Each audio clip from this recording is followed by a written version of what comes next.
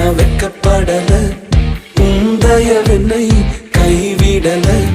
வெறும் கையாய் கடந்து வந்தேன், இரு பரிவாரங்கள் எனக்கு தந்தீர். வெறும் கையாய் கடந்து வந்தேன், இரு பரிவாரங்கள் எனக்கு தந்தீர்.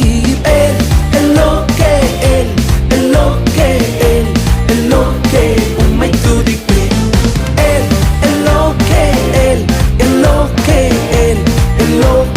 உம்மை துதிப்பேன்.